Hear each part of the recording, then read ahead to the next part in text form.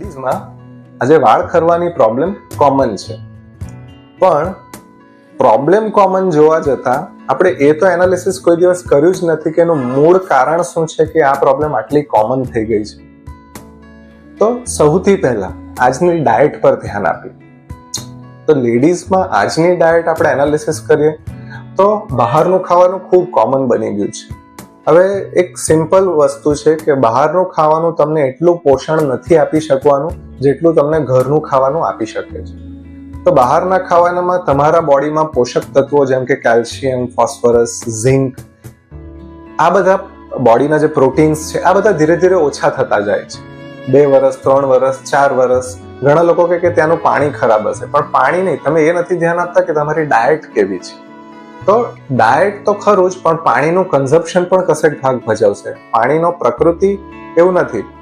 તો જ્યારે પણ તમારી ડાયટ એબનોર્મલ હશે અથવા તમને પૂરતું પોષણ નહીં મળતું હોય તો તમારા હેરફોલ વધી શકે છે. આ બધા માઇક્રોન્યુટ્રિયન્ટ ડેફિશિયન્સીસ જે કહેવાય એ ધીમે ધીમે ભેગા થઈને મોટા થાય, અને જ્યારે ડેફિશિયન્સી ખૂબ ઓછી થઈ જાય અથવા એનું લેવલ્સ બ્લડમાં ખૂબ ઓછું થઈ જાય તો તમને હેરફોલ શરૂ થઈ જાય છે.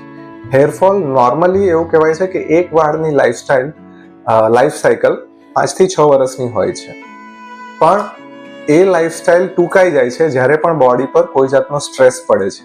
જેમ કે ફિઝિકલ સ્ટ્રેસ ખૂબ હોવો, તમે નવું જીમ ચાલુ કર્યું છે, ખૂબ મહિના ખૂબ કસરત કરો છો, એક્સરસાઇઝીસ ખૂબ વધારે પડતી થાય છે, તમારા શરીરમાં કોઈ જાતની બીમારી પ્રવેશી ગઈ, તમે ખૂબ બીમાર રહ્યા 2 મહિના 3 મહિના, ડેન્ગ્યુ જેવી કોઈ બીમારી થઈ, કોઈ ઓપરેશન, સર્જરી, તમારું ડિલિવરી થઈ હોય અથવા પીરિયડ્સની એબનોર્મેલિટી હોય, તો આ બધાથી જે બ્લડ લોસ થાય છે એ ખાલી બ્લડ લોસ નથી, સાથે સાથે તમારો ન્યુટ્રિયન્ટ લોસ પણ છે.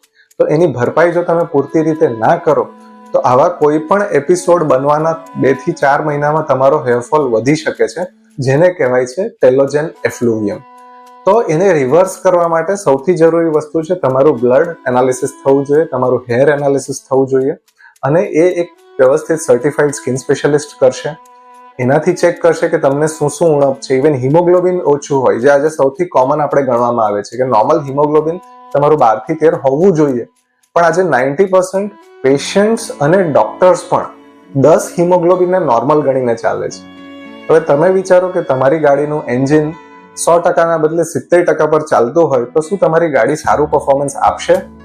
તો એ જ વસ્તુ શરીરને લાગુ કેમ નહીં પડે કે આજે હિમોગ્લોબિન, જે તમારું સૌથી જરૂરી તત્વ છે આખા બોડીમાં ઓક્સિજન પહોંચાડવા માટે, એ જો 70% જ ઓક્સિજન પહોંચાડશે તો તમારા કોષો જલ્દી ઘરડા નથી થવાના.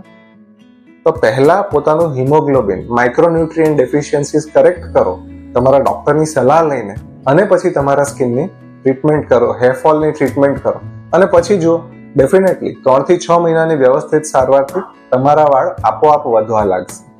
જો ખરતા અટકશે તો એ વધી જ શકે છે. જાડા ઘના થવા એ બહુ મુશ્કેલ નથી, પણ એટલું ધ્યાન રાખજો કે 6-1 મહિના સુધી તો વ્યવસ્થિત સારવાર કરજો જ, તો જ તમને રિઝલ્ટ મળશે.